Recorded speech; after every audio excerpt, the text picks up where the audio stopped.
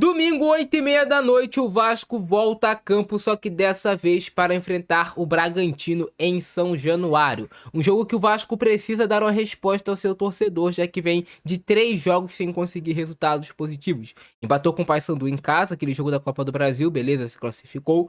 Perdeu para o Internacional de forma vexatória no Campeonato Brasileiro e perdeu para o Olímpia, um time muito fraco, de forma vexatória, só que na Sul-Americana. Então, o Vasco vai buscar essa recuperação, dessa vez jogando com seu time em tese titular, porém com desfalques importantes e com alguns pontos em observação que eu vou destacar agora para vocês nessa provável escalação do Vasco, como o técnico Renato Gaúcho deve montar a equipe. Só é importante que tu deixe o like, se torne membro do nosso canal, cara. Nosso membro está somente R$ 3,99 por mês e você vai poder ter interação comigo lá no grupo do WhatsApp. Quanto mais gente entrar lá, o grupo vai ficar melhor ainda. Assim que você se tornar membro, você vai na aba comunidade aqui do canal e clica lá no link do nosso grupo do WhatsApp que eu vou te dar um salve lá, beleza? Agora sim, vem comigo. E essa é a provável escalação do Vasco da Gama para enfrentar o Bragantino nesse jogo de domingo. O jogo ali que vai fechar a rodada, né? 8h30 da noite, todo mundo já vai ter jogado, então o Vasco já vai ter um panorama do que vai ter acontecido ali na rodada do Campeonato Brasileiro.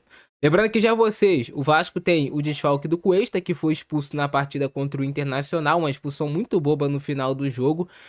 Então o Vasco não contará com o Cuesta, que até jogou o jogo do meio de semana contra o Olímpia. O Vasco ainda deve seguir sem o Cuiabano, né? O Cuiabano ainda não está recuperado, a tendência é que ele não esteja ainda entre os relacionados, somente no próximo jogo. Então esses são alguns problemas aí que o Vasco tem. Mas agora eu vou te passar como o Renato Gaúcho vem estruturando esse time aí durante a semana para enfrentar o Bragantino.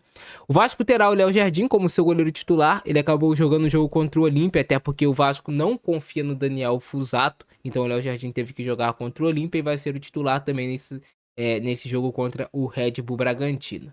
Na lateral direita, o Paulo Henrique segue lesionado e fora dos relacionados. A tendência é que o Paulo Henrique só retorne após a Copa do Mundo. Ele teve aquela lesão no jogo contra o Paysandu. Então, com isso, o Puma Rodrigues, que foi preservado no jogo do meio de semana, será o titular na partida contra o Bragantino. A gente sabe que o Puma é um lateral de vocação ofensiva, marca até gols, é importante em fase ofensiva, vem confiante, né? Deve ir para a Copa do Mundo e tudo mais.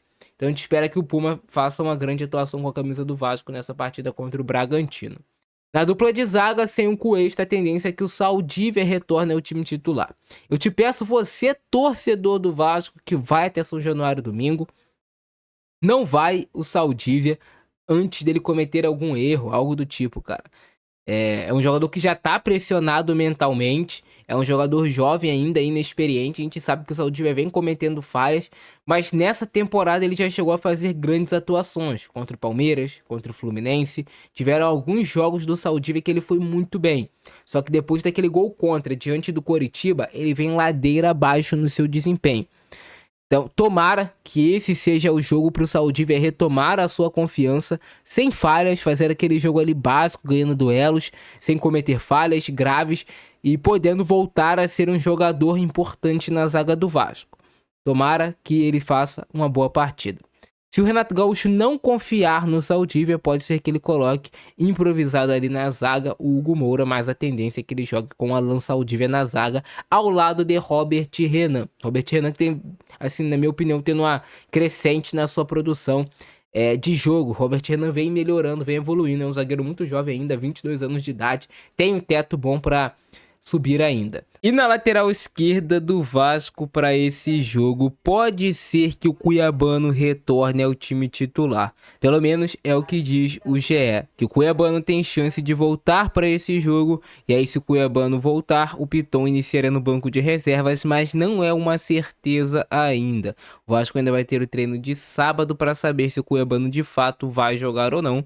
Mas é claro que se o Cuiabano jogar, o Vasco ganha muito em força física, ganha muito em um jogador que chega na área para fazer gol. O Piton já é um jogador que a gente sabe que é um cara nota 6, pode ser nota 7, mas muito difícil ultimamente. mas existe essa chance do retorno do Cuiabano, que seria muito importante para o Vasco. Na dupla de volantes, o Vasco tem voltas importantíssimas. O Cauã Barros permanece como titular, como esse primeiro homem de meio de campo, e aí a volta tão importante do Thiago Mendes.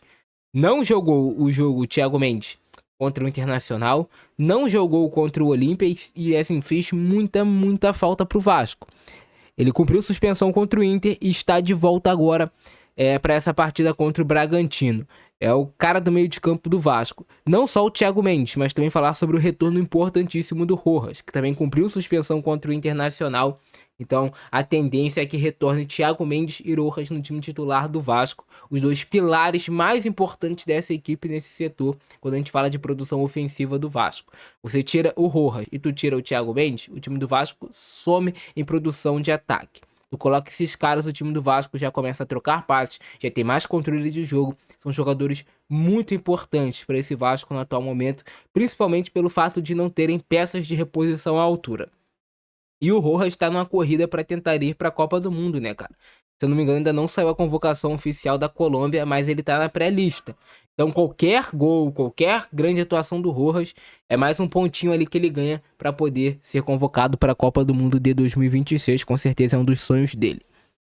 Na ponta direita, o Adson vai ser o titular. Foi preservado contra o Internacional por desgaste físico, né, minutagem e tudo mais. O Adson foi preservado contra o Olímpia e vai ser titular o Adson agora contra o Bragantino, que já remete um time do Vasco mais ofensivo e mais solto, com o Adson, com o Rojas, esses caras mais leves, mas que jogam bem, né?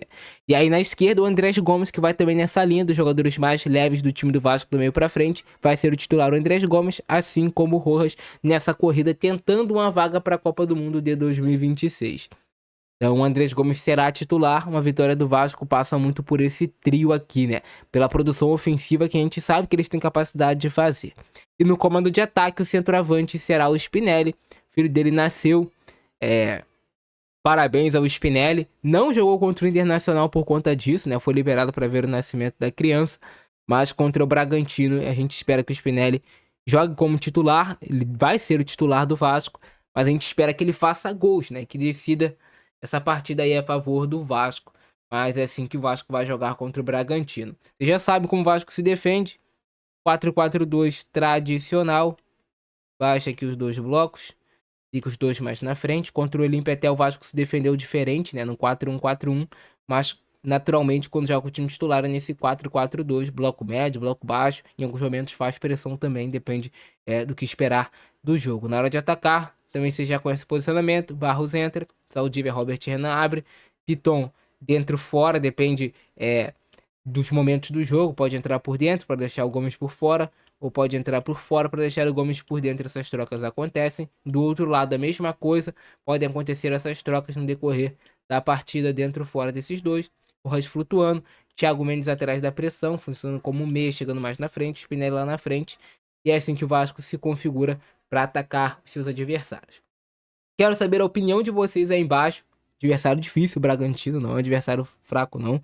Time de bastante intensidade. Sempre é um time que faz jogos difíceis com o Vasco em São Januário. O Vasco precisa jogar no seu máximo, acima do seu máximo, para sair vencedor dessa partida. E é claro, com o apoio do seu torcedor, que faz total diferença. Mas esse é o nosso vídeo de hoje. Gostaram? Deixa o likezão, se inscreve aí no canal. Compartilha nos grupos de Vasco de WhatsApp. Eu fico nessa. Abração do Francesco, é nóis. Fui.